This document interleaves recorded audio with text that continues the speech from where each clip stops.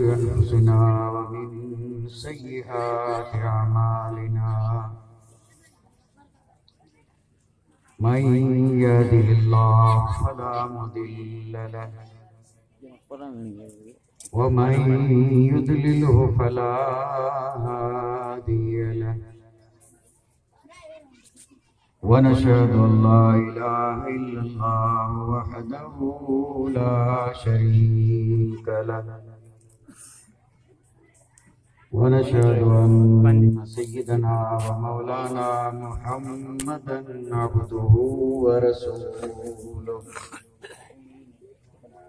أما بعد أعوذ بالله من الشيطان الرجيم بسم الله الرحمن الرحيم ما آتاكم الرسول فخذوه وما نهاكم عنه فانتهوا آمنت بالله صدق الله مولانا العظيم وصدق رسوله النبي الكريم ونحن على ما قال من الشاهدين والشاكرين والحمد لله رب العالمين كما قال الله تبارك وتعالى في عظمة شان حبيبه إن الله وملائكته يصلون على النبي يا أيها الذين آمنوا صلوا عليه وسلموا تسليما اللهم صل على سيدنا مولانا محمد وعلى آل سيدنا مولانا محمد وبارك وسلم صلاة وسلاما عليك يا رسول الله صلاة وسلاما عليك يا حبيب الله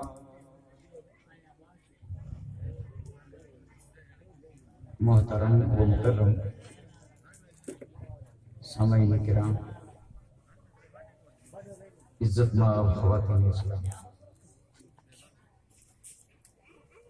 یہ بابرکت محفل اور یہ مبارک جلسہ جسے شادی خانہ آبادی کے پرمسرت اور خوشیوں بھرے موقع پہ برکتیں حاصل کرنے کے لیے اور اس عظیم نعمت کے ملنے پر شکر ادا کرنے کے لیے منعقد کیا گیا، جس میں اللہ تبارک و تعالیٰ کے فضل و کرم سے آپ پر ہم شریک ہوئے۔ اللہ تعالیٰ اپنے حبیب کے صدقے میں ہم سب کی حاضری کو قبول فرمائے، آمین۔ اور اس ذکر خیر کو اللہ تبارک و تعالی ہم سب کے لیے دونوں جہان کی سعادت مندی، نیک بختی اور نجات کا ذریعہ اور سبب بنائے۔ اور جب آ ہی گئے ہیں تو مل بیٹھ کر کے دل کی گہرائیوں سے یہ دعا بھی مانگ لیں کہ اللہ تعالیٰ ہونے والے جوڑے کو سلامت رکھے اور انہیں باہم الفت اور محبت عطا فرمائے، اور ان کے آنگن میں اللہ تعالی ہمیشہ رحمتوں اور برکتوں کی برسات برساتا ہے،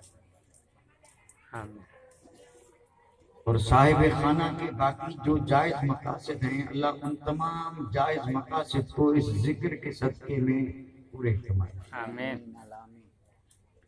موقع اور محل کا لحاظ کرتے ہوئے میں چند معروضات آپ حضرات کی خدمت میں عرض کرنے کی سعادت حاصل کروں گا، اور وہ بھی اس دعا کے ساتھ کہ اللہ تبارک و تعالیٰ مجھے حق کہنے کی توفیق عطا فرمائے، اور پھر ہم سب کو وہ حق سننے اور اس پر عمل کرنے کی توفیق عطا فرمائے۔ ہر مومن چاہے مرد چاہے عورت اس چیز سے بخوبی واقف ہے اور اسے مانتا بھی ہے کہ یہ شادی آقا نامدار تاجدار مدینہ کی عظیم سنت ہے. ہر مومن اس چیز سے واقف ہے. جب بھی کسی عقد نکاح کے وقت خطبہ پڑھا جاتا ہے تو خطبہ پڑھنے والا پہلے آیتیں پڑھتا ہے اور پھر آخر میں ایک حدیث پڑھتا ہے. اور اس حدیث میں میرے آقا نے خود ارشاد فرمایا النکاح من سنتی، یہ حضور کا فرمان ہے. میرے اور آپ کے آقا تاجدار مدینہ کا فرمان ہے. مصطفیٰ جان رحمت خود فرما رہے ہیں کہ یہ شادی میری سنت ہے. النکاح من سنتی، تو یہ نکاح کرنا جو ہے یہ کیا ہے؟ سنت ہے. اور جب ہم اس چیز کو الحمدللہ مانتے ہیں، انکار سے اللہ بچائے. عمل نہ ہو یہ الگ بات ہے، لیکن ہم میں انکار کرنے والا کوئی نہیں. الحمدللہ سب مانتے ہیں، چاہے مرد چاہے عورت مانتے سب ہیں. اور کیا مانتے ہیں؟ کہ شادی سنت ہے. یہ مانتے ہیں، جانتے ہیں، اور اس پہ ہمارا یقین ہے. تو جب اس چیز کو مانتے ہیں تو پھر یہ شادی جو ہے یہ ہونی بھی چاہیے اسی طریقے پر جو ہے طریقہ مصطفیٰ. جب سنت ہے تو ہونی چاہیے سنت کے مطابق. آپ غور فرمائیں نا، یعنی شادی سنت ہے، اور جب سنت ہے تو پھر اس میں کوئی دوسرا طریقہ نہیں آنا چاہیے. ہونی بھی چاہیے سنت طریقے کے مطابق. جو خوش نصیب بندے اس شادی کو اسی طریقے پر ادا کرتے ہیں تو وہ اللہ اور اس کے رسول کو راضی کرتے ہیں. جب بھی کسی غلام نے اس شادی کو طریقے مصطفیٰ کے مطابق کیا تو صلے میں کیا ملا؟ اللہ کی رضا ملی. اور آقا نامدار تاجدار مدینہ راضی ہو. اور اس میں کوئی شک نہیں ہے کہ جس سے رب راضی ہو جاتا ہے اس سے سب راضی ہو جاتا ہے. جس آدمی سے رب راضی ہو جائے پھر اس سے سب راضی ہو جاتے ہیں. اور جب سب راضی ہو جائیں تو کوئی جھگڑا ہوتا ہی نہیں. پھر تو برکتیں ہی برکتیں اور رحمتیں ہی رحمتیں ہوتی ہیں. تو شادی جب سنت ہے تو پھر ہونی بھی چاہیے طریقہ جیسے کہ یہ ہو رہی ہے.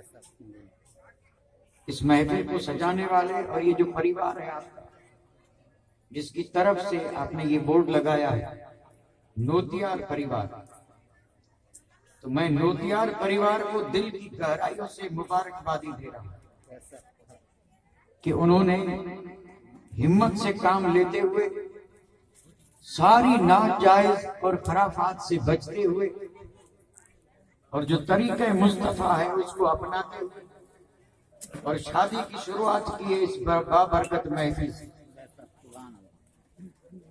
تو قابل مبارکباد ہے. اور صرف قابل مبارکباد ہی نہیں، ہم میں سے جو لوگ ابھی یہ میرے الفاظ غور سے سن لیں، ہم میں سے جو لوگ ابھی اس پرانی راہ پہ چلنے کا ارادہ کرتے ہیں تو ان کے لیے یہ مثال ہے. ہوں گے ہیں یعنی اللہ کرے نہ ہو، لیکن وہ جو خرافات میں اس اجر عظیم اور اس اللہ کی رحمت سے محروم رہ جاتے ہیں ان کے لیے یہ عبرت بھی ہے، نصیحت بھی ہے اور مثال بھی ہے. تو آپ اور ہم پھر یہ دعا کریں کہ اللہ تعالیٰ انہیں بھی توفیق دے. آمین آمین. کہ ان کے گھر میں جب اس طرح کا موقع آئے تو وہ ساری ناجائز چیزوں سے بچتے ہوئے اور اسی طریقے پر اس شادی کو منائیں.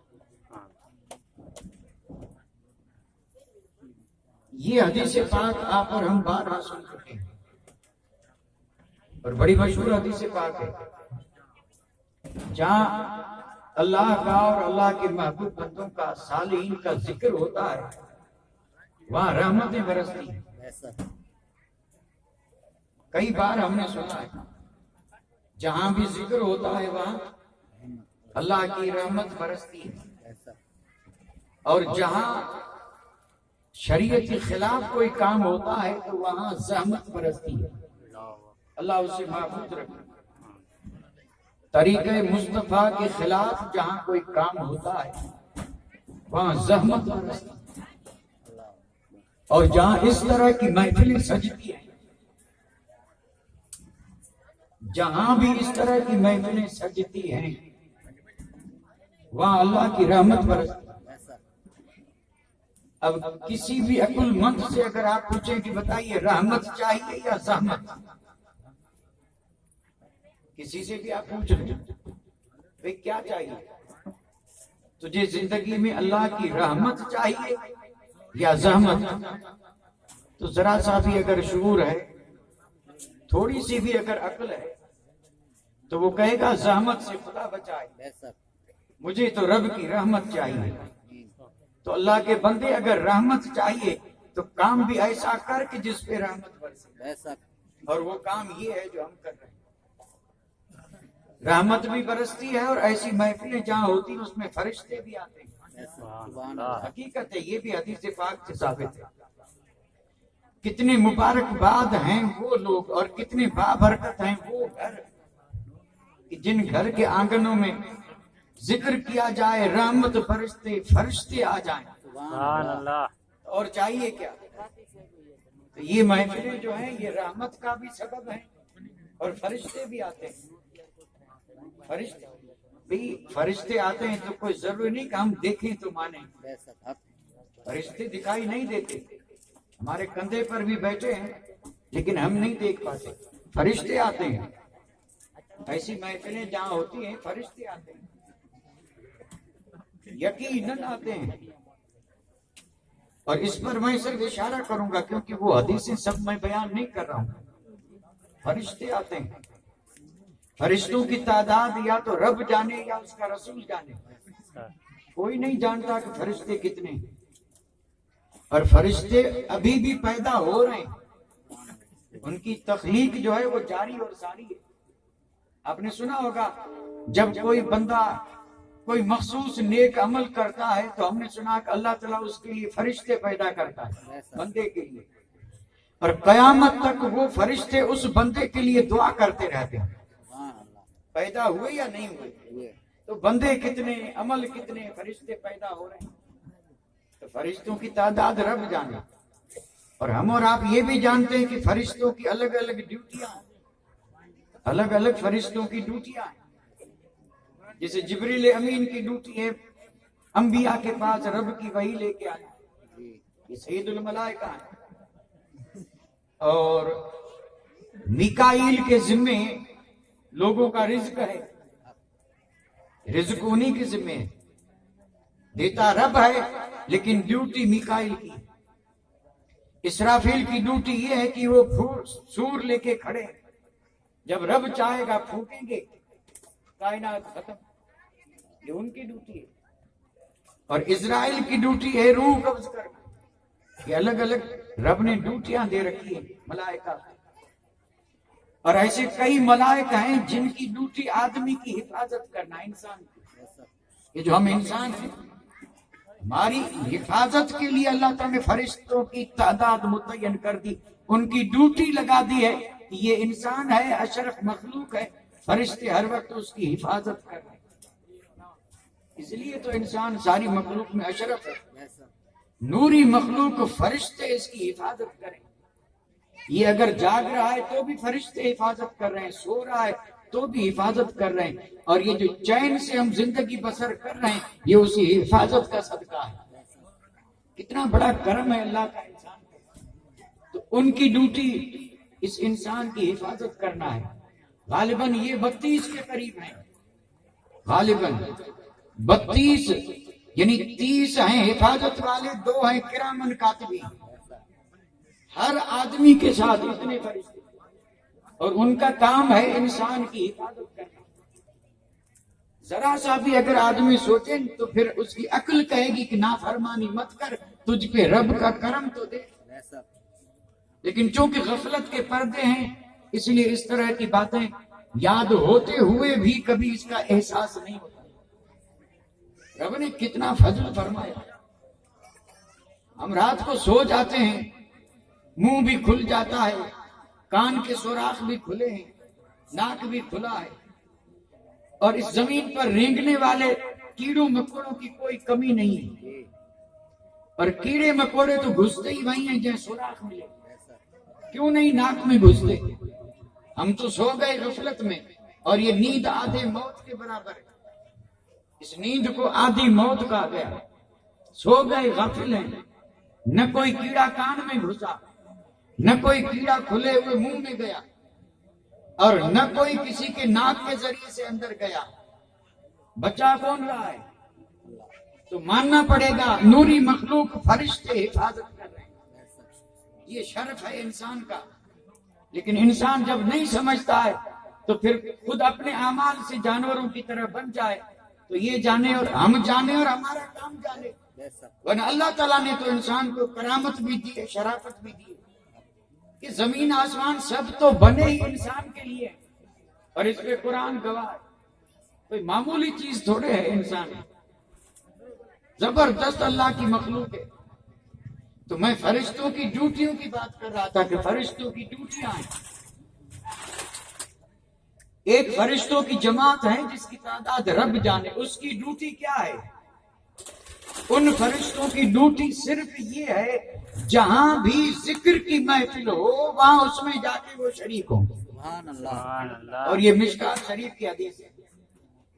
فرشتوں کی ایک جماعت ایسی کہ جن فرشتوں کی اللہ تعالیٰ نے جب سے انہیں پیدا کیا تب سے جب تک رب چاہے گا تب تک ان فرشتوں کی صرف اور صرف ڈیوٹی یہ ہے جہاں پر بھی ذکر کی محفل سجے اس محفل میں وہ فرشتے آ جاتے ہیں۔ سبحان اللہ، آ جاتے ہیں۔ اور حدیث پاک میں جو ان کا ذکر آیا ہے بڑا ایمان افروز ہے۔ حدیث پاک میں میرے آقا نے فرمایا فرشتے آسمان سے اترتے ہیں اور پھر جس شہر جس بستی میں اترتے ہیں اس کے گلی کوچوں میں پھیل جاتے ہیں۔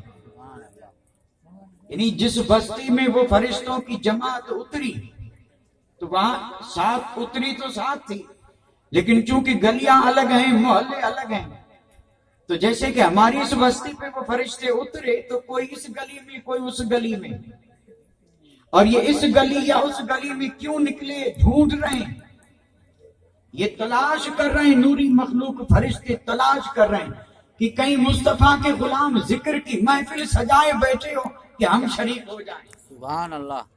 ذرا آپ بھی غور تو کرتے چلیں تاکہ ان محفلوں کی حقیقت معلوم ہو جائے کہ رب نے محفل کی شکل میں ہم پہ کرم کتنا فرمایا۔ اور میں دلیل کے ساتھ حدیث عرض کر رہا ہوں، مشکات شریف کی حدیث ہے، فرشتے پھیل جاتے ہیں، حدیث کے الفاظ یہی پھیل جاتے ہیں، یعنی ایک جماعت ادھر ایک جماعت ادھر گلیوں میں پھیل جاتے ہیں۔ تو ظاہر بات ہے ہر گلی میں تو محفل نہیں ہوتی، محفل کسی گلی میں ہوتی ہے، اور وہ گلی بھی کتنی مبارک ہے۔ اور جب جس گلی میں محفل سجی ہے اس گلی میں آنے والے فرشتوں کی نظر جب اس ذکر کرنے والوں پہ مصطفیٰ کے غلاموں پہ پڑی تو وہ فرشتے دوسری گلی میں پھیلے ہوئے فرشتوں سے کہیں گے ادھر آؤ ادھر آؤ، سبحان اللہ، ادھر آؤ، ہم جس چیز کے تلاش کر رہے تھے جس کے متلاشی تھے وہ تو یہ بیٹھے ہیں۔ سبحان اللہ۔ اور یہ حقیقت ہے۔ اور جب وہ فرشتے اس طرح انہیں آواز دیتے ہیں تو ادھر ادھر جانے والے سارے فرشتے مل کر کے اسی محفل میں آ جاتے ہیں، سبحان اللہ، اسی محفل میں آ جاتے ہیں۔ اور پھر محفل میں آتے ہیں تو کرتے کیا ہیں؟ یہ نہیں کہ محفل میں آتے ہیں تو جیسے ہم بیٹھے ہیں ویسے بیٹھ جاتے ہیں، نہیں، بلکہ اس محفل پہ رحمت کا بادل بن کے چھا جاتے ہیں۔ سبحان اللہ۔ جیسے ہم بیٹھے ہمارے سروں پہ یہ جو کپڑا بندھا ہے شامیانہ ہمارے سروں پہ تنا ہے، ہم شامیانہ دیکھ رہے ہیں، لیکن ہم جہاں بیٹھے یہاں سے لے کے آسمان تک فرشتوں کی پوری جماعت ہے، سبحان اللہ، اور وہ فرشتے ان کے اوپر سایہ کیے ہوئے رحمت کا سایہ، ذکر کی محفل پہ. اسی لیے تو بزرگوں نے ہمیں یہ تعلیم دی ہے کہ شادی سنت ہے اور شادی سے پہلے محفل ایسی سجاؤ کہ رحمت ہی رحمت ہو جائے. تو ہمارے بزرگ بھی اس لیے زور دیتے ہیں کہ بھائی سب چھوڑ دو، ایسی محفلیں سجاؤ، ایسی محفلیں سجاؤ تاکہ رحمت برسے اور دکھ درد دور ہو جائیں. اور یہی فرشتے آئے اور محفل کے اوپر اس طرح وہ سائبان بن گئے. سائبان تب تک نہیں جاتے جب تک سلام نہ پڑھا جائے، اور سلام کے بعد جب دعا ہوئی تب گئے. گئے تو کہاں گئے؟ سیدھے رب کی بارگاہ میں. اس محفل سے جب نکلے تو گئے کہاں؟ سیدھے رب کی بارگاہ میں. حالانکہ اللہ علیم اور خبیر ہے، رب کو تو سب خبر ہے، لیکن پھر بھی اللہ تعالیٰ ان فرشتوں سے پوچھتا ہے کہ کہاں سے آ رہے ہو. اللہ تعالیٰ فرشتوں سے پوچھتا ہے کہ فرشتوں کہاں سے آ رہے ہو؟ تو وہ فرشتے کہتے ہیں مولا زمین سے آ رہے ہیں، زمین سے آ رہے ہیں. تو اللہ تعالیٰ فرماتا ہے زمین پر میرے بندوں کو کس حال میں دیکھا. حالانکہ اللہ کو تو سب روشن ہے. رب فرشتوں سے پوچھ رہا ہے کہ زمین پر سے آ رہے ہو تو وہاں تم نے میرے بندوں کو کس حال میں دیکھا. تو فرشتے کہتے ہیں کہ مولا ہم نے تیرے بندوں کو دیکھا، ذکر کی محفل سجی تھی اور تیرے محبوب کی یاد ہو رہی تھی. سبحان اللہ. اور جب فرشتے کہتے ہیں کہ ذکر کی محفل سجی تھی اور بندے بیٹھے تھے، حدیث تو بڑی طویل ہے، اور اللہ تعالیٰ یہ بھی پوچھتا ہے کہ کیسی باتیں ہو رہی تھی، ذکر کیا کر رہے تھے. تو فرشتے کہتے ہیں کہ جنت کے مشتاق تھے، دوزخ سے پناہ مانگ رہے تھے. رب فرماتا کیا انہوں نے جنت دیکھی؟ فرشتے کہیں گے دیکھی تو نہیں. رب فرماتا بن دیکھے ایسے مشتاق ہیں، اگر دیکھ لیتے تو حال کیا ہو. سبحان اللہ. فرشتے کہتے ہیں مولا تیرے دوزخ کی آگ سے پناہ مانگ رہے تھے. رب فرماتا کیا انہوں نے دوزخ کو دیکھا؟ تو فرشتے کہتے ہیں مولا دیکھا تو نہیں. رب فرماتا اگر دیکھتے تو کتنی زیادہ پناہ مانگتے. اب یہ ہو رہی باتیں اللہ اور فرشتوں کے بیچ میں، اور تذکرہ ہو رہا ان محفلوں کا. اللہ ہمیں ان محفلوں کو سمجھنے کی توفیق دے. اور جب یوں فرشتوں نے بات کی تو اللہ تعالیٰ کی رحمت آئی جوش میں. رب فرماتا ہے کہ اے فرشتوں گواہ ہو جانا، اس محفل میں جتنے بیٹھے تھے میں نے سب کے گناہ بخش دیے. سبحان اللہ. یہ وہ محفلیں ہیں جہاں گناہ بخشے جا رہے ہیں. کتنا بڑا کرم ہے. ہم نے کیا ہی کیا ہے، گھر سے چلے اور یہاں آ کر کے بیٹھیں اور اٹھ کر کے واپس گھر جائیں گے، لیکن قسم رب کی جنت کی کیاری ملی ہے، جنت کی کیاری. اللہ تعالیٰ توفیق دے، آمین توفیق دے. میرے آقا نے ارشاد فرمایا اذا مررتم بریاض الجنہ فرتعوا، فرمایا میرے دیوانوں جب جنت کی کیاری سے تمہارا گزر ہو تو کرو. لفظی ترجمہ کر رہا ہوں. صحابہ کرام نے عرض کیا یا رسول اللہ جنت ساتوں آسمان کے اوپر ہے، زمین پہ جنت کی کیاری آئی کہاں سے؟ وہ جنت کی کیاری ہے کیا؟ تو میرے آقا نے فرمایا حلق الذکر، فرمایا جہاں ذکر کی محفلیں سجی وہ ذکر کی محفلیں نہیں، جنت کی کیاریاں ہیں. سبحان اللہ. اور جو پہلے میں نے عرض کی نا وہ بھی حدیث ہے اور یہ بھی حدیث ہے. جہاں اللہ اور اس کے رسول کا ذکر ہو اس ذکر کی محفل کو میرے آقا نے فرمایا جنت کی کیاری، جنت کا باغ. اور فرمایا اس میں جب جاؤ تو خالی مت جانا، وہاں کچھ کھا پی لینا، چر لینا. تو انہوں نے کہا وہ کیا ہے؟ تو میرے آقا نے فرمایا وہ سبحان اللہ ہے، وہ اللہ کا ذکر ہے. اس محفل میں بیٹھے بیٹھے تم سبحان اللہ کرتے رہو، مالا مال ہو جاؤ. کتنی بڑی بابرکت محفل ہے. اور پھر عرض یہ کر رہا تھا کہ جب رب کی رحمت جوش میں آئی اور رب نے فرمایا محفل میں جتنے بھی بیٹھے تھے میں نے سب کو کیا کیا؟ بخش دیا. تو وہی فرشتے جو ہیں ان میں سے ایک فرشتہ عرض کرتا ہے کہ مولا کریم سب بخشے گئے؟ تو رب فرماتے ہیں ہاں سب بخشے گئے. تو فرشتے عرض کرتے ہیں کہ ایک آدمی ایسا تھا جو محفل کے لیے نہیں آیا تھا، وہ اپنے کسی کام سے جا رہا تھا، اور جب اس نے ذکر کی محفل سجی دیکھی تو اس کا ارادہ بنا کہ کچھ تھوڑی دیر میں بھی بیٹھ جاؤں. تو وہ بھی بیٹھ گیا، حالانکہ گھر سے اس ارادے سے نہیں نکلا تھا، بیٹھنے کا شریک ہونے کا من بھی نہیں تھا. محفل سجی دیکھی بیٹھ گیا. کیا وہ بھی بخشا گیا؟ اور اس موقع پہ جو حدیث کے الفاظ ہیں الحمدللہ سب کو یاد ہوں گے. رب نے ارشاد فرمایا فرشتوں لا یشقا جلیسہم، یہ وہ محفل ہے کہ اس میں بیٹھنے والا بدبخت رہتا ہی نہیں، وہ بھی نیک بخت بن جاتا ہے۔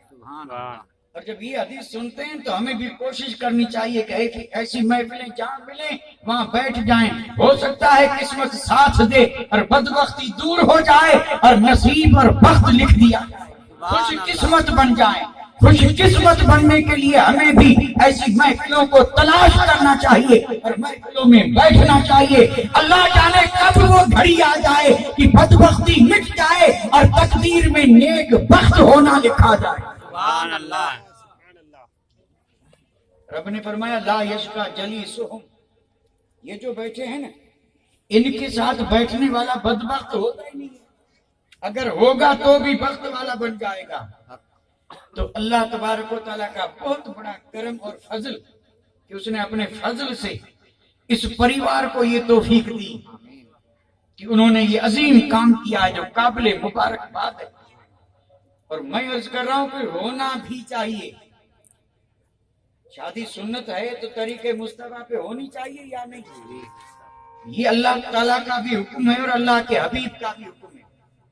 یعنی اللہ تعالیٰ کا بھی حکم یہی ہے کہ ما آتاکم رسول فخذوہ، شادی میں جو میرا محبوب تمہیں طریقہ دے وہی لو، یہ رب نے حکم دیا۔ جو رسول طریقہ دے وہی لو، یہ تو رب نے حکم دیا۔ اور میرے آقا نے ارشاد فرمایا کہ علیکم سنتی و سنت خلفائے راشدین، فرمایا میرا طریقہ تم پر لازم ہے، ضروری ہے۔ میرے آقا نے فرمایا اے میرا کلمہ پڑھنے والو، میرا جو طریقہ ہے وہ تم پر کیا ہے؟ لازم ہے اور ضروری ہے۔ تو جب اللہ کے حبیب نے اپنے طریقے کو ہم پر لازم کر دیا تو غلام کا بھی تو یہ حق بنتا ہے کہ اسی طریقے کو اپنائے۔ تو اب یہ اس میری طرف توجہ رکھے، میں ایک بنیادی بات عرض کرنے جا رہا ہوں اور دوہرا اس لیے رہا ہوں کہ جملے جو میں دوہرا رہا ہوں اس کے پیچھے بھی اس فقیر کا ایک مقصد ہے۔ اللہ کرے ہم مقصد میں کامیاب ہوں۔ آمین۔ بس جملہ ایک ہی میں بار بار دوہرا رہا ہوں، شادی سنت تو ہونی بھی چاہیے طریقہ مصطفیٰ پہ۔ جب سنت ہے تو ہونی بھی چاہیے طریقہ، ضروری ہے یا نہیں؟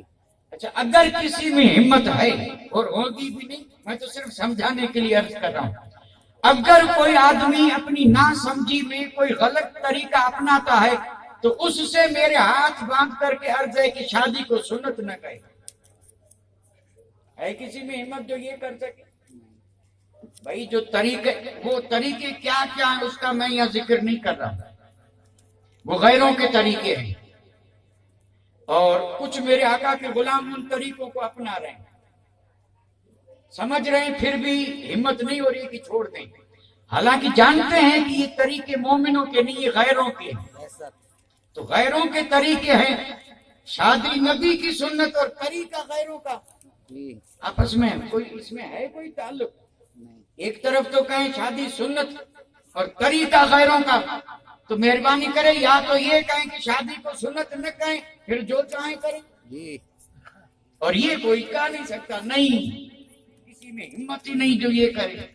تو جب یہ ہمت نہیں ہے تو وہ ہمت کیوں کر رہے ہیں؟ اسے بھی چھوڑ دیجیے۔ جب یہ ہمت نہیں ہے کہ ہم یہ کہہ سکیں کہ شادی سنت نہیں ہے، کہنے والا ہوگا کوئی؟ نہیں ہوگا۔ جس سے بھی کہیں گے وہ کہے گا شادی سنت ہے، شادی سنت ہے۔ تو جب شادی سنت ہے تو پھر یہ ساری چیزیں جو ہیں نا یہ سنت کے خلاف ہے، چھوڑ دے، چھوڑ دے۔ اور اگر انہیں نہیں چھوڑتا تو ذرا ہمت دکھا، کہا دے شادی سنت نہیں، پھر تو اور تیرا کام۔ دو باتیں ہیں، دو میں سے ایک، یا تو شادی کو سنت مت کرو تو جو چاہو کرو، اور اگر شادی سنت مانتے ہو تو کرو وہی جو رسول چاہیں۔ اس سے آسان جملہ میرے پاس نہیں ہے، اور اس سے آسان کوئی بات سمجھنے کے لیے جہاں تک میرا خیال نہیں ہو سکتی۔ اور الحمدللہ ہمارا ہر نوجوان، بوڑھا، مرد، عورت سب سمجھ رہے ہیں، لیکن ذرا سی غفلت ہے، تھوڑا سا نفس کا قبضہ ہے، اور یہ نفس جو ہے نا یہ اسے اس بات پہ ابھارتا ہے اور پھر شیطان اسے یہ سکھاتا ہے کہ اس نے کیا، اس نے کیا، اس نے کیا، اس نے تباہ کر دیا، وہ تو نظر آ گئے، یہ نظر کیوں نہیں آتے؟ یہ وہ تو نظر آتے ہیں تو یہ نظر کیوں نہیں آتے؟ آنا چاہیے نا۔ انصاف تو یہی ہے نا، جب اسے دیکھ رہے ہیں تو ذرا اس کو بھی تو دیکھیں نا، یہ بھی تو شادی ہو رہی ہے، اور کتنا بہترین طریقہ ہے، کتنی بہترین محفل سجی ہے، اور جس میں امید ہے کہ فرشتے بھی صاحبان بنے، اور جس میں امید ہے کہ رحمت بھی برسے گی، اور جس میں امید ہے کہ مغفرت بھی ہوگی، اللہ بھی راضی اور اس کا رسول بھی راضی، اور جب رب راضی تو سب راضی، اور کیا چاہیے؟ تو شادی سنت ہے، ہونی چاہیے، طریقہ ہے سنت پہ۔ ایک بات یہ تو میں نے کہا اللہ اور اس کے رسول کا حکم ہے۔ اچھا، چونکہ کچھ لوگ عقل کو ذرا آگے رکھتے ہیں، یہ عقل ہے نا، عقل، اس کو ذرا آگے رکھتے ہیں اور عقل کے فیصلے پہ عمل کرتے ہیں۔ اب میں ذرا عقلاً ایک بات عرض کرنے جا، یہاں آپ اپنے عقل کو ذرا یعنی لے آئیں اس میدان میں۔ الحمدللہ سب عقل مند ہیں، اور میں تو یہ کہوں گا کہ مجھ سے بھی زیادہ عقل مند یہاں بیٹھے، عقل مند ہے، کوئی ایسا نہیں کہ جس کے پاس عقل کی دولت نہ ہو، الحمدللہ عقل مند ہے۔ تو اب اس میدان میں تھوڑی دیر کے لیے اپنے عقل کو لے آئیں، عقل کو، اور عقل سے پوچھے تو بتا۔ کس سے پوچھیں؟ اپنی عقل سے، کہ تو بتا مصطفیٰ کا طریقہ ہونا چاہیے یا دنیا کا؟ عقل سے پوچھے۔ کس سے پوچھے؟ عقل سے۔ اور اگر عقل سلیم ہے تو جواب یہی دے گی کہ طریقہ مصطفیٰ کا ہونا چاہیے۔ طریقہ کس کا ہونا چاہیے؟ عقل یہ فیصلہ کیوں کرے گی؟ اس کی وجہ بتا دو۔ اگر عقل صحیح ہے نا تو فیصلہ یہی کرے گی کہ طریقہ ہونا چاہیے کس کا؟ عقل نے یہ فیصلہ کیوں کیا، وہی طریقہ ہونا چاہیے، عقل نے یہ مشورہ کیوں دیا، اس کا میں جواب دے رہا ہوں۔ ہمارا ایمان اور عقیدہ ہے، اور اللہ سلامت رکھے، ایمان اور عقیدہ ہے اور اللہ اس کو سلامت رکھے۔ وہ ایمان اور عقیدہ کیا ہے؟ کہ اس جگ میں، اس جگ میں ہمیں جو ملا، جو ملے گا، سب صدقہ مصطفیٰ کا۔ ایمان ہے یا نہیں؟ اسی پہ ہمارا ایمان ہے نا، یعنی ہمیں جو ملا، یہاں تک کہ ہمیں یہ جو جان ملی صدقہ، ایمان ملا، اولاد ملی، مال ملا، جو کچھ ملا، جتنا ملا، جب ملا، جہاں ملا، سب صدقہ کس کا؟ یہی تو ایمان ہے نا۔ کھاتے ہیں تیرے در کا، پیتے ہیں تیرے در کا، پانی ہے تیرا پانی اور دانا ہے تیرا دانا، یعنی جو کچھ مل رہا ہے وہ سب صدقہ۔ یقین ہے کہ نہیں؟ یہی ایمان ہے، اور اگر ایسا نہیں تو ایمان نہیں۔ اعلیٰ حضرت عظیم البرکت نے اس کو بڑے مشہور بند میں ذکر کیا ہے، سب جانتے ہیں۔ وہ کہتے ہیں یا رسول اللہ، لا ورب العرش، جس کو جو ملا ان سے ملا، اور وہ قسم کھا کے کہہ رہے ہیں کہ رب کی قسم، عرش کے مالک کی قسم، رب عرش کی قسم، جس کو جو ملا ان سے ملا۔ اور بٹتی ہے کونین میں نعمت رسول اللہ، دونوں جہان میں یہ جو نعمتیں بٹ رہی ہیں یہ سب رسول اللہ کی ہیں، اور ہمیں جو مل رہا ہے وہ سب صدقہ کس کا؟ مان لیا؟ اللہ کرے اس ماننے کے بعد کچھ اور غور کریں، سب صدقہ کس کا؟ ٹھیک ہے، سب صدقہ مصطفیٰ کا۔ تو جب صدقہ مصطفیٰ کا ہے، یہ رک رک کر کے اور میں بار بار بول رہا ہوں، اس پہ ہمارا ایمان ہے، اللہ سلامت رکھے۔ صدقہ مصطفیٰ کا، ہر چیز جو ہمیں ملی صدقہ کس کا؟ مصطفیٰ کا۔ اب چیزیں چاہے جتنی ہو، چیزیں انگنت ہیں، ظاہر بات ہے اب ان چیزوں کو جب استعمال کرنے کا وقت آیا، ان چیزوں کو جب اپنانے استعمال کرنے کا وقت آیا تو اب کیا کریں گے؟ عقل سے پوچھیں کیا کریں؟ صدقہ ہے مصطفیٰ کا، چیز آئی سامنے، اب کیا کریں؟ تو اگر عقل صحیح ہے تو کہے گی جب صدقہ مصطفیٰ کا ہے تو طریقہ بھی مصطفیٰ کا ہونا چاہیے۔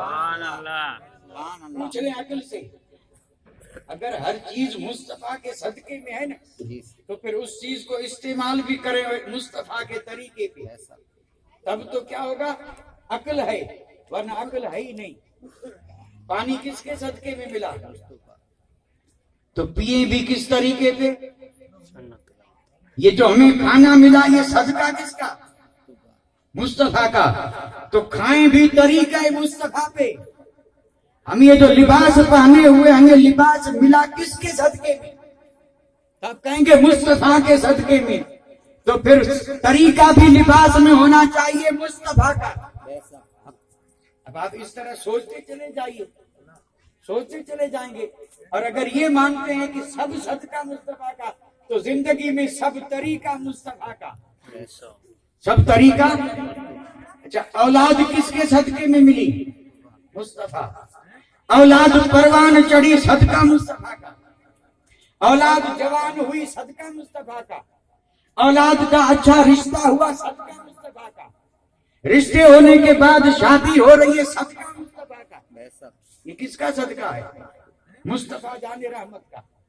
تو جب یہ سب صدقہ مصطفیٰ کا ہے تو منگنی ہو تو بھی طریقہ مصطفیٰ کا، اور عقد نکاح ہو رہا ہو تو بھی طریقہ مصطفیٰ کا۔ سبحان اللہ۔ عقل یہی کہے، اگر عقل صحیح ہے تو، اور اس میں ذرا فطور ہے تو جو چاہے کہے، پھر وہ وفاداری نہیں ہوگی، وہ عقل مندی نہیں ہوگی، وہ ناسمجھی ہوگی، اور وہ بالکل وہی کہے گا جو عقل سے ہاتھ اٹھا لے۔ الحمدللہ ہم سب عقل مند ہیں، اپنی عقل سے پوچھیں اور پھر اپنے عقیدے پہ نظر رکھیں، اپنے ایمان پہ نظر رکھیں۔ الحمدللہ بزرگوں کے صدقے میں، ولیوں کے صدقے میں، اولیاء کے صدقے میں ہمارا ایمان محفوظ ہے، ہم مومن ہیں، اور ہمیں یقین ہے کہ ہمیں ایمان ہی پہ رہیں گے اور ایمان ہی پہ جائیں گے۔ ایمان کو ہم سے کوئی چھین نہیں سکتا، کیونکہ ولی ہمارے ایمان کی حفاظت کر رہے ہیں۔ جب ایمان ہے تو پھر یہ یقین بھی ہے کہ جو مل رہا ہے سب صدقہ مصطفیٰ کا، اور جب سب صدقہ مصطفیٰ کا ہے تو سب میں طریقہ بھی کس کا ہونا چاہیے؟ اچھا، یہ تب تو صحیح ہوا نا۔ اور اس کے برعکس مانا الٹا جو کرے اس کے بارے میں کوئی فتویٰ نہیں دوں گا، البتہ اشارہ کر دوں گا، فتویٰ نہیں دوں گا، کیونکہ فتویٰ دینا میرا کام نہیں ہے۔ اور بات ایسی ہے کہ جہاں تک میرا خیال ہے کسی مفتی کے پاس جانے کی ضرورت نہیں، آدمی خود اس کا فتویٰ دے سکتا ہے۔ یہ مسئلہ ہی ایسا ہے، یعنی صدقہ مصطفیٰ کا تو ہونا چاہیے طریقہ مصطفیٰ کا، صحیح ہے۔ اور جو ایسا کرے وہ قابل مبارکباد ہے، عقل مند ہے، عدل کرنے والا ہے، سچا ہے، جو کہیں کہہ سکتے ہیں۔ صدقہ مصطفیٰ کا تو طریقہ، اچھا صدقہ مصطفیٰ کا اور طریقہ دشمن کا، یعنی وہ یہ کہے کہ مجھے پانی ملا مصطفیٰ کے صدقے میں، ٹھیک ہے۔ اب جب پانی پینے کے لیے آیا تو حضرت تشریف لے آئے اور ہم دل کی گہرائیوں سے مرحبا کہتے ہیں، الحمدللہ تشریف لائیں، اور آپ بآواز بلند درود شریف پڑھ لیں۔ اللہم صلی علی سیدنا محمد وعلی آل سیدنا محمد، اللہم صلی علی سیدنا مولانا محمد وعلی آل سیدنا مولانا محمد وبارک وسلم، صلاۃ و سلام علیک یا رسول اللہ، صلاۃ و سلام علیک یا حبیب اللہ۔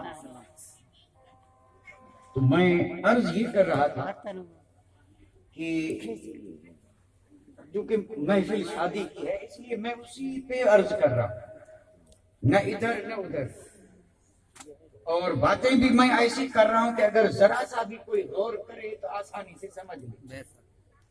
اب جو حضرات بعد میں آئے ہیں ان کے لیے تو میں یہ نہیں کر سکتا کہ وہ بھی سمجھ لیں، کیونکہ یہ بڑی دیر سے بعد میں تشریف لائے، لیکن جو شروع سے بیٹھے ہیں الحمدللہ وہ میری بات کو انشاءاللہ مجھے امید ہے کہ سمجھ چکے ہوں گے، کیونکہ بڑی آسان بات کی ہے میں نے، بڑی آسان، اور جہاں تک میرا خیال ہے یہ بات اس سے زیادہ اب اور آسان نہیں ہو سکتی، اتنی آسان بات کی ہے میں نے۔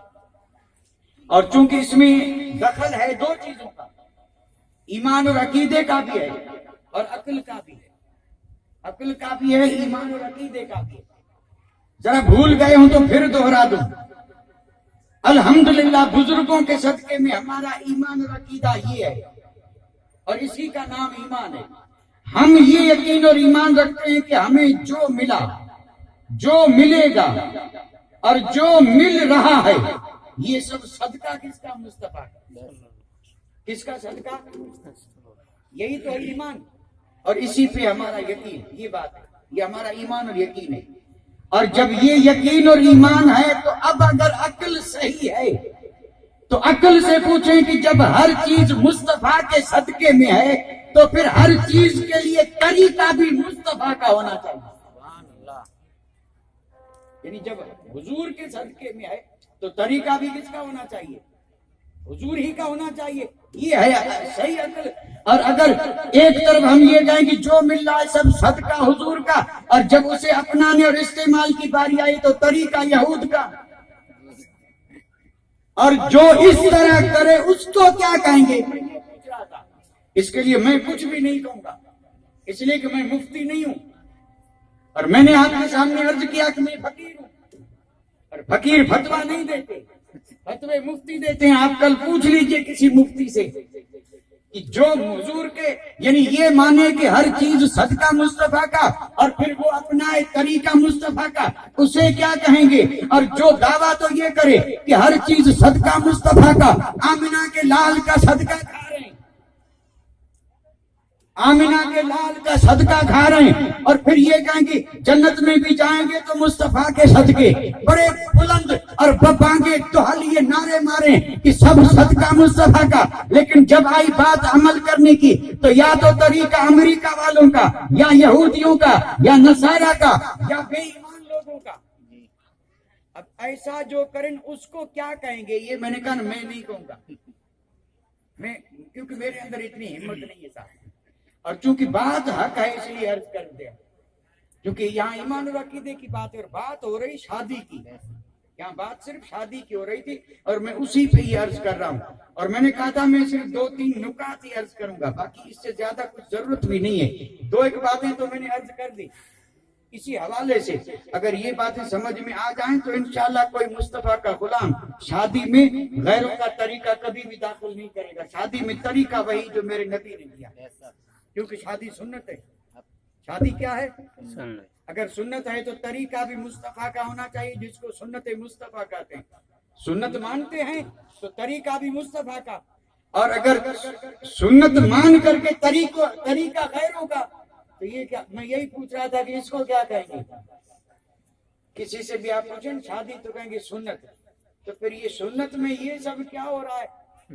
اس کو کیا کہیں گے؟ کیا نعوذ باللہ اس کو بھی سنت کہیں گے؟ سنت نہیں، تو سنت کے ساتھ یہ چیزیں کہاں سے آئی؟ ایک طرف میرے آقا کی سنت اور ایک طرف یہ شیطان، اور سارے کام شیطانی، آپس میں اس کا کوئی میل جول ہے؟ نہیں ہے۔ تو جب نہیں ہے تو ہونا بھی یہی چاہیے۔ اللہ سب کو توفیق عطا فرمائے سمجھنے کی اور عمل کرنے کی۔ کم از کم یہ جو عظیم سنت ہے اس کو تو اسی طریقے پہ ادا کریں جو میرے آقا نے طریقہ دیا، اور وہ طریقہ ہے طریقہ مصطفیٰ، اور اسی طریقے پر چلنے سے کامیابی ملتی ہے۔ اور جب جہاں جس نے بھی اس طریقے کو چھوڑا تو پھر کامیابی تو دور کی بات ہے، جینا بھی دو بھر ہو گیا۔ طریقہ مصطفیٰ کو چھوڑنا ہے وجہ بربادی، جو بربادیاں ہو رہی ہیں اس کی وجہ یہی ہے کہ ہم نے طریقہ مصطفیٰ کو چھوڑ دیا، اور اسی سے ہوئی قوم بے اقتدار اپنی۔ کہ علامہ اقبال ہیں جو یہ کہہ رہے ہیں کہ اقتدار ہمارے کے پاس تھا، حکومتیں ہمارے پاس تھی، تخت و تاج ہمارے پاس تھے، لیکن آج سب چھین لیے گئے، اور ہم دوسرے نمبر کی اور دوسرے درجے کی رعیت بھی نہ بن پائے، اتنے گرے کیسے؟ کہیں تو ہمارے پاس اختیار تھا اور کہیں آج اس اسٹیج پہ آ گئے۔ آخر ہوا کیا؟ تو علامہ اقبال نے کہا اور کچھ بھی نہیں، جب تک تھے طریقہ مصطفیٰ پہ تو تاج بھر تھے، اور جیسے ہی طریقہ مصطفیٰ کو چھوڑا تو یہ حال ہو گیا۔ اب بھی اگر کوئی چاہتا ہے کہ وہی عروج اور وہی عظمت مل جائے، دھن سے نہیں ملے گی، دولت سے بھی نہیں ملے گی۔ اگر وہ شان و شوکت ملے گی تو اس کے لیے راستہ صرف ایک ہے، اور جس کا نام ہے سنت مصطفیٰ، طریقہ مصطفیٰ۔ اللہ تعالیٰ اس پر چلنے کی توفیق عطا فرمائے۔ آمین۔ اب سن لیں تیسری بات۔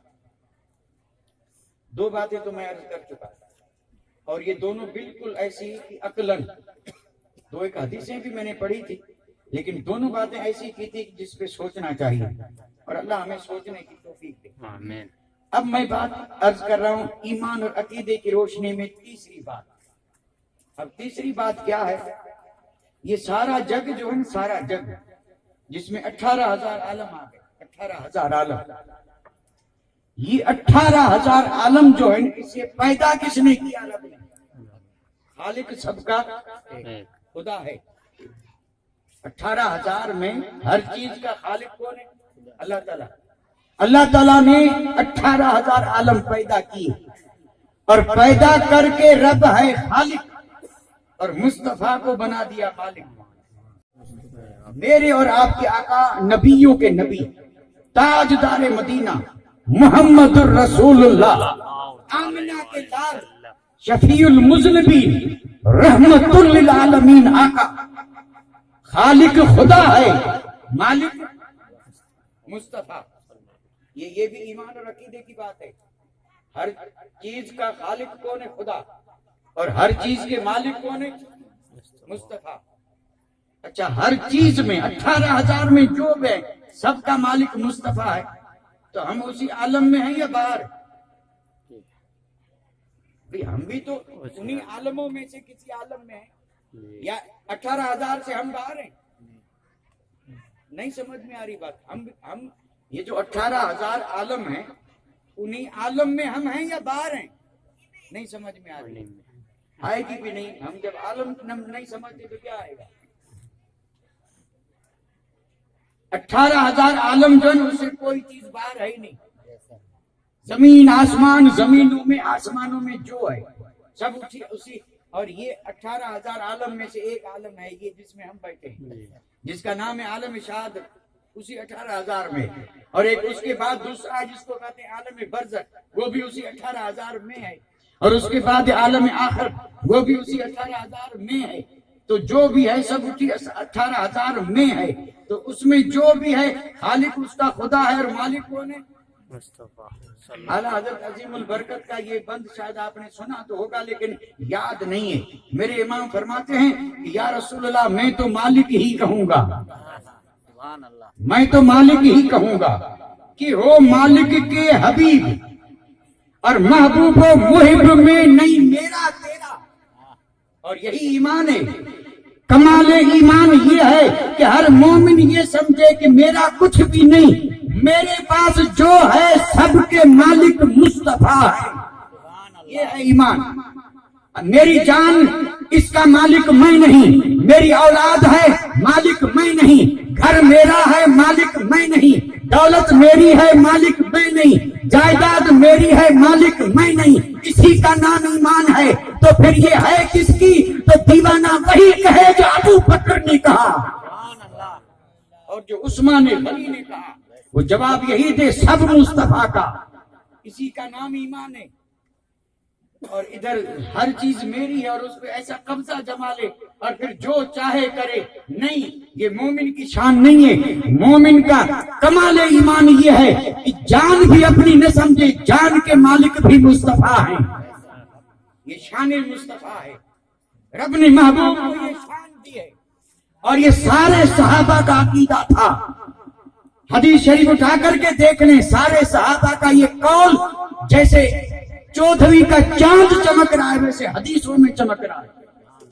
صحابہ کرام کا عقیدہ تھا انفسنا اموالنا وما فی ایدینا للہ ولرسولہ، فرمایا ہماری جانیں، ہمارا مال اور ہمارے قبضے میں جو کچھ ہے وہ سب رسول کا ہے۔ یہ صحابہ کا عقیدہ۔ اور صدیق اکبر نے کیا کہا تھا، میں وہ واقعہ عرض نہیں کروں گا کیونکہ اشارہ کرتے ہی الحمدللہ دیوانوں کے ذہن میں وہ واقعہ ابھر جائے گا۔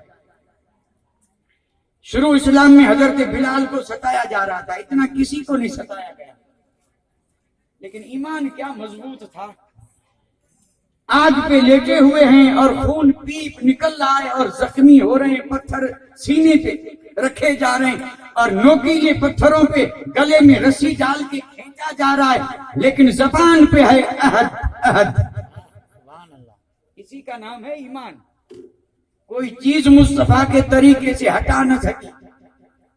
اور اس طرح جب ستائے جا رہے تھے تو ابو بکر صدیق گزرے تھے، سیدنا صدیق اکبر۔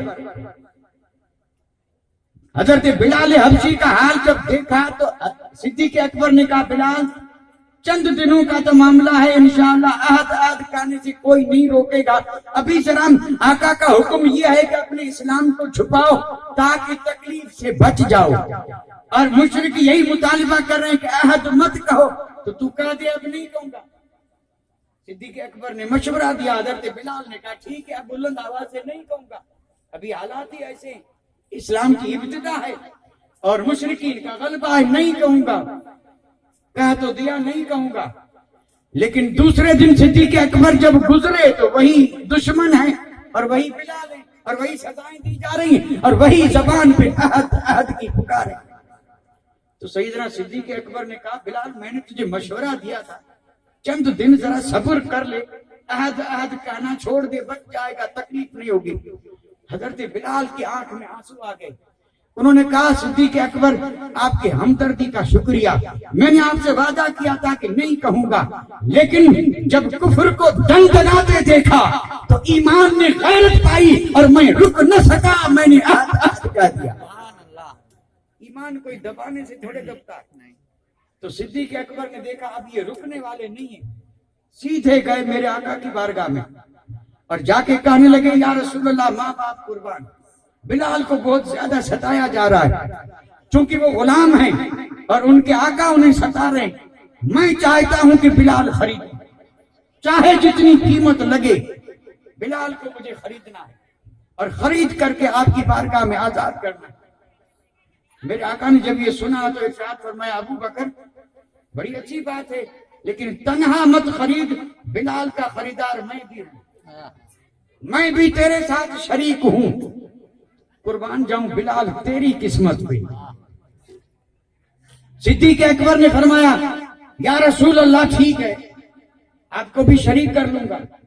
اب صدیق اکبر گئے اور واقعہ بڑا طویل ہے، حضرت بلال کو ایک بہت خوبصورت غلام دیا اور اوپر مال بھی دیا، جتنا منہ مانگی قیمت دی اور دے کر کے خرید کر کے لائے، اور جب لے آئے تو عرض کرنے لگے یا رسول اللہ میں نے بلال کو خرید لیا اور اب آیا ہوں آزاد کرنے۔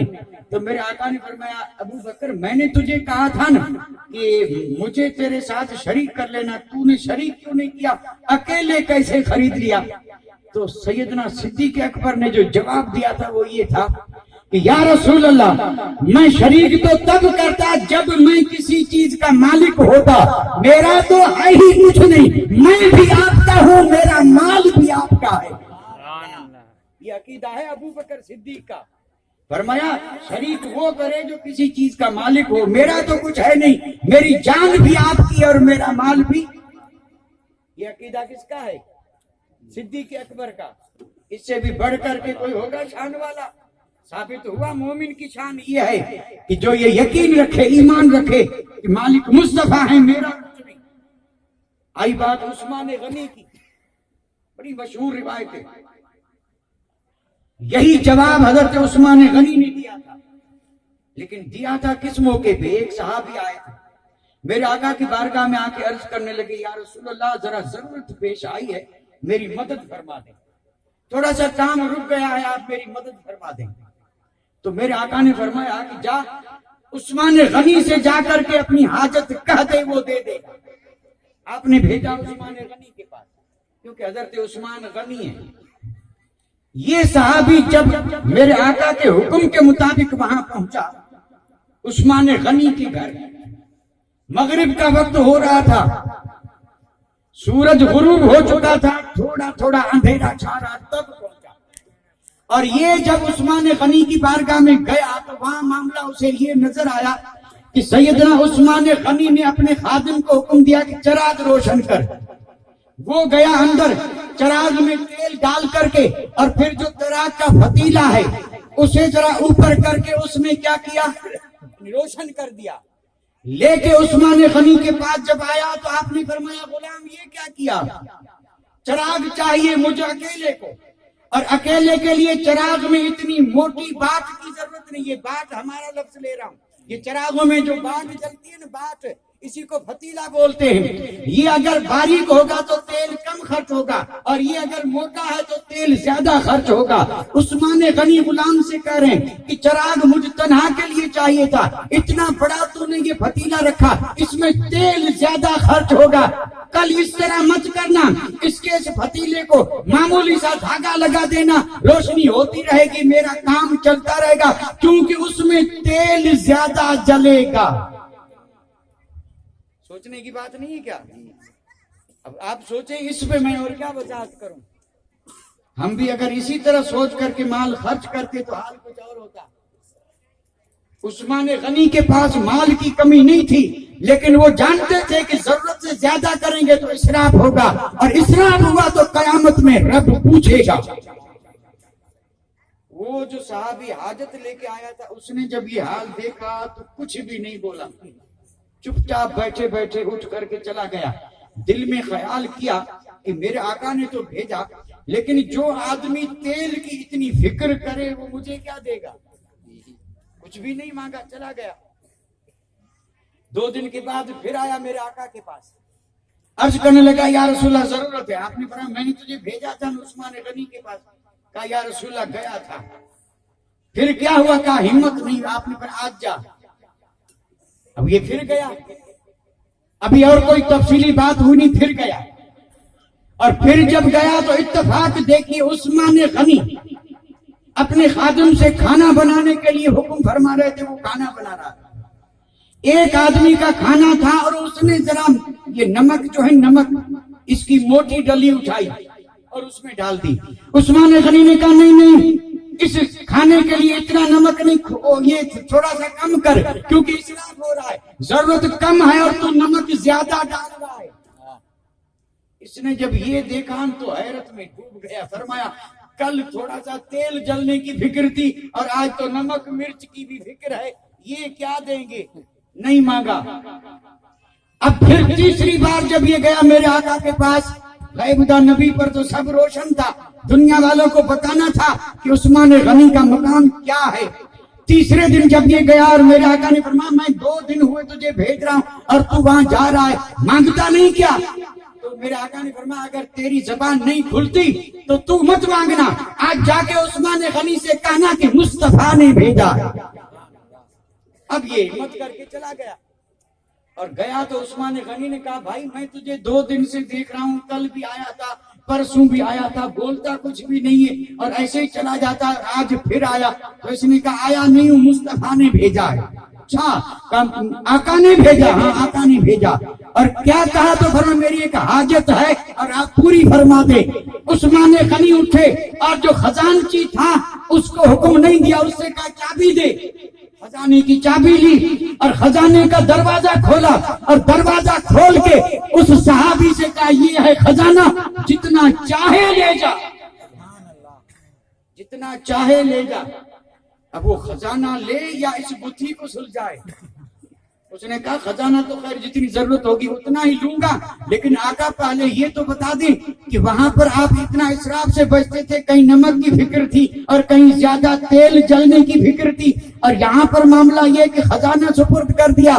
تو عثمان غنی نے فرمایا وہ میرے نبی کا حکم تھا اور یہ نبی کا خزانہ ہے، عثمان کی جان بھی مصطفیٰ کی ہے اور عثمان کا خزانہ بھی مصطفیٰ۔ سبحان اللہ، سبحان اللہ۔ اور یہ تھا سارے صحابہ کا عقیدہ، اور الحمدللہ اللہ نے توفیق دی ہے، ہمارا بھی عقیدہ وہی ہے، ہمارا بھی عقیدہ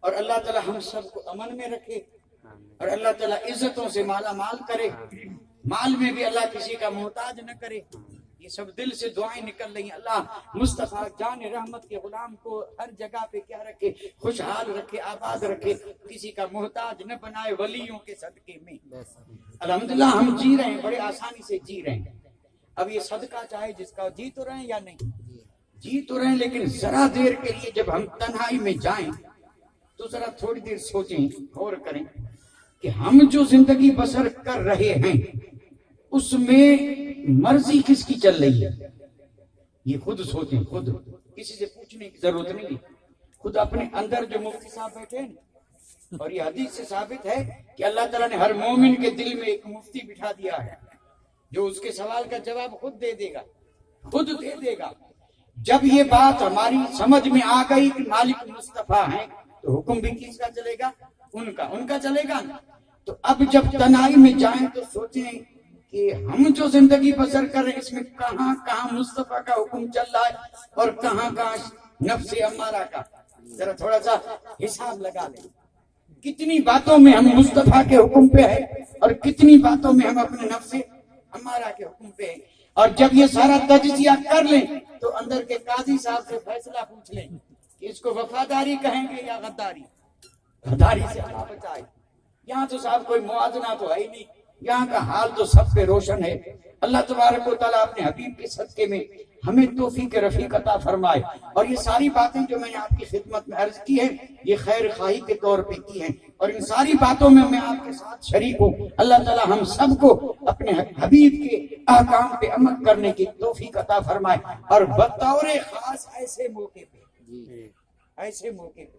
یہ شادی کا موقع ہے، شادی سنت ہے، اور سنت بھی عظیم سنت، سارے نبیوں کی سنت ہے، عظیم نبیوں کی سنت ہے، میرے آقا کی سنت ہے۔ تو اس کے لیے طریقہ کون سا ہونا چاہیے؟ تو میرے آقا نے فرمایا مسجد نبوی میں آ جانا۔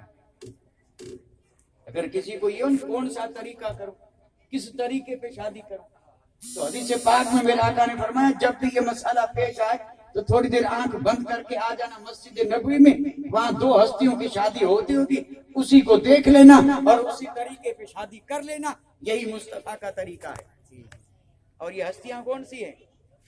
کائنات میں جن کی کوئی مثال نہیں، نام نہ بھی لوں تو دیوانوں کے دل میں وہ رستے اور بستے ہیں۔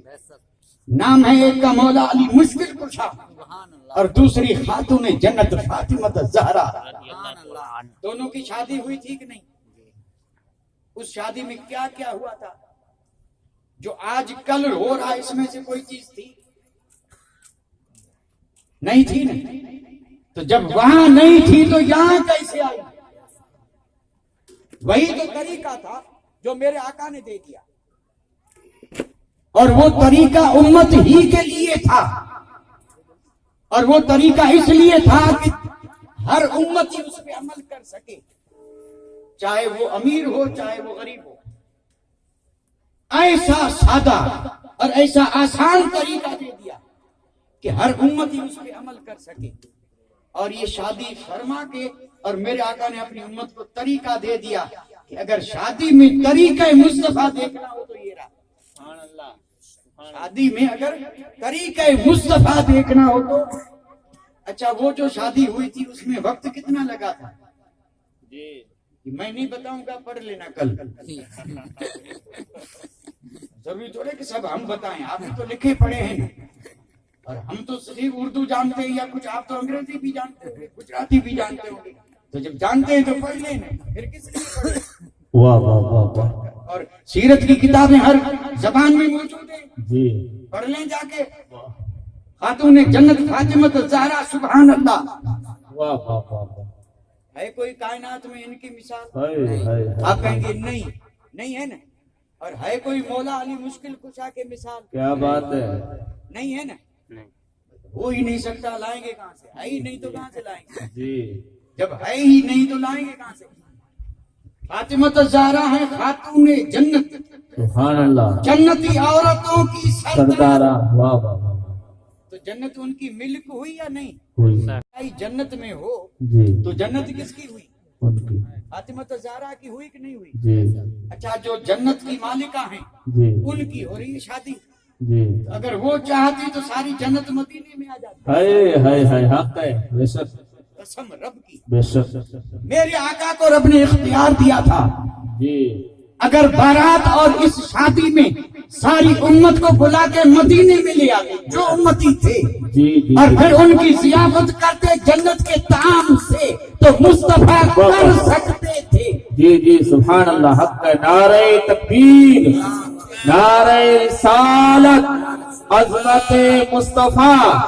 چونکہ مصطفیٰ کائنات کے مالک ہیں جی زمین کے سارے خزانوں کے مالک ہیں. حق ہے خود میرے آقا نے فرمایا میں نے فقیری پسند کی ہے جی. اگر میں چاہوں تو یہ احد کا پہاڑ میرے لیے سونا بن جائے اور پھر یہ نہیں کہ بن کے یہیں رہے. نہیں فرمایا جدھر میں جاؤں پہاڑ بھی ادھر جائے. واہ واہ واہ واہ واہ حق ہے نبی کا رخ جدھر ہو جائے کائنات ادھر ادھر ہو ہو جائے. جائے. واہ واہ واہ سبحان اللہ حق ہے. رب نے یہ اختیار دیا ہے جی. اگر چاہتے تو زمین اور آسمان اور جنت کے سارے خزانے فاطمہ کے جہیز میں دے دے بے شک لیکن نہیں دیے. نہیں دیے. کیوں نہیں دیے؟ اللہ اللہ دیے اس لیے نہیں اس لیے نہیں دیے فرمایا کہ میں جو کروں گا سنت بنے گی بے شک اور اس طرح کی شان والی شادی بادشاہ تو کر سکیں گے اے لیکن میرا فقیر میرا غریب امتی کیا کرے گا.